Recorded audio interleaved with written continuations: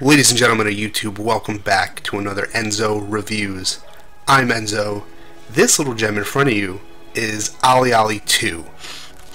Sadly, not enough people know what OlliOlli is or know about the OlliOlli franchise. This is a fantastic game. It's a rail shooter turned into kind of a 2D platforming skateboarding game, really. I haven't played a skateboarding game this good since Skate came out, and that was really the last big one, right? And obviously excluding the original OlliOlli, which I'll get to in a second. Now, there's no story really into this game. It's very arcadey, and there's no real campaign either because of that. But there is a career mode, which is the meat and potatoes of the game, so to speak. There's 3 different types of settings. There's amateur mode, pro mode, and then eventually rad mode. And you start in amateur mode, you go through these levels, and there's a certain set of 5 goals for each level for you to complete. And some are trivial, some are hard. You know, one is get a certain high score, finish with a certain combo. Then there might be another one that says string a combo together for the entire level. There might be another one that says do these 2 certain tricks and string them together. There might be a couple that say collect horseshoes in this random area, or, you know, grind a certain rail, or get these, you know, grind markers, or do a manual, something to that effect. And when you do these, you unlock the pro level, and then the pro level has an entirely new set of goals that you have to complete and do that lets you unlock the new mode called rad mode. Now, it's important to note when you're doing amateur mode and pro mode and eventually rad mode, when you get that far into the game and get that good at it, that the levels, while technically being the same, are not the same. They're designed different. Stairs are in different areas, rails are in different spots, ledges are in different areas, launch pads are in different spots, there's different manual places. You know, the grab the horseshoe thing is going to be in a different spot.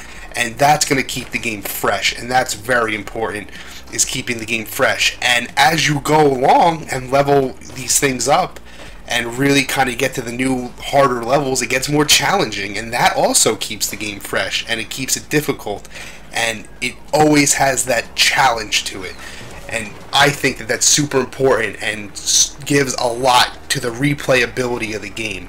You're always going to want to come back and try to do it better and try to get that higher score on that level. You're going to see an area, whether it be on rad mode, pro mode, amateur mode, and you're going to be like, oh man, you know, I only got 270,000 points on that level. I could do way better than that, you know. To try keep reinventing your playstyle, reinventing the way you come at these courses to get these high scores, to get these high combos, and really kind of perfect your craft and really get better at the game in practice. But it's not difficult to practice because this game is designed the way that it's designed. It's so easy to just pick it up and put it down whenever you want to. Like I said, there's no real campaign here. There's no storyline here. It's just pick up the game, play it, and just have fun and just kind of melt your brain a little bit doing all of these really hard tricks and stuff like that.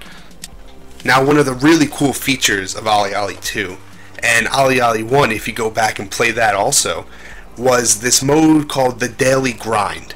And basically, it's just going to be this random procedurally generated track every 24 hours that spawns, and you can practice on it as many times as you want, but you only get one shot to do it for real. And you're going to take your best shot at it, and your score, whatever it is, even if you ollie once and fail to land it and get a 62 for the sloppy landing on an ollie, which, trust me, I've done before, that score is going to go up, and it's going to get posted against the world. And there's nothing to it. You don't get anything for doing it. I think you get a trophy the first time you do it or something like that.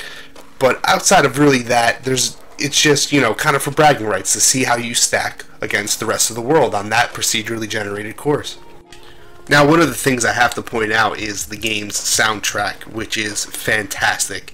If you're not into EDM, if you're not into electronica, or even dubstep to a certain degree, I think there's a couple dubstep songs in the game, you're probably not going to be thrilled about the soundtrack, but it is really great. The music just really kind of helps engross you in this kind of skateboarding mentality almost for whatever reason. And it kind of stays true to skateboarding games in general, right? Like most skateboarding games over the past, I think, like 10 years have really had some pretty kick-ass soundtracks, and OlliOlli2 is no different in that regard, certainly. Also, the graphics, if you've played the first OlliOlli, if you're looking at the screen, you'll notice that the graphics for OlliOlli2 are insanely improved from what the 16-bit graphics that the first game possessed. And these graphics aren't so much evolved from what the first game was, but they are a lot better. I think most people will agree with me on that the graphics are way better. The aesthetic of the game is very pleasing. It's nice to the eyes. I like kind of the artistic style of the graphics in the game, and I really think it helps complement it, and it is definitely a step up from the first OlliOlli. Should you buy this game? Absolutely. I have zero complaints with this game, which is very rare for me. I usually always find something that I can nitpick about, or really something that bothers me about the game. And this game, there's really nothing that I can find that bothers me. And if you have PlayStation Plus, you're in luck, because this game is free for the month of March in 2015.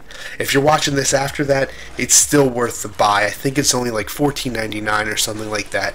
It's totally worth that. You're going to get your money's worth for sure. You could easily pour, I'm going to say, like 40 hours of gameplay into this game. Probably more than that if you get hooked, if you really like skateboarding. Now that's the downside. If you don't like skateboarding, I'm going to tell you to pass on it.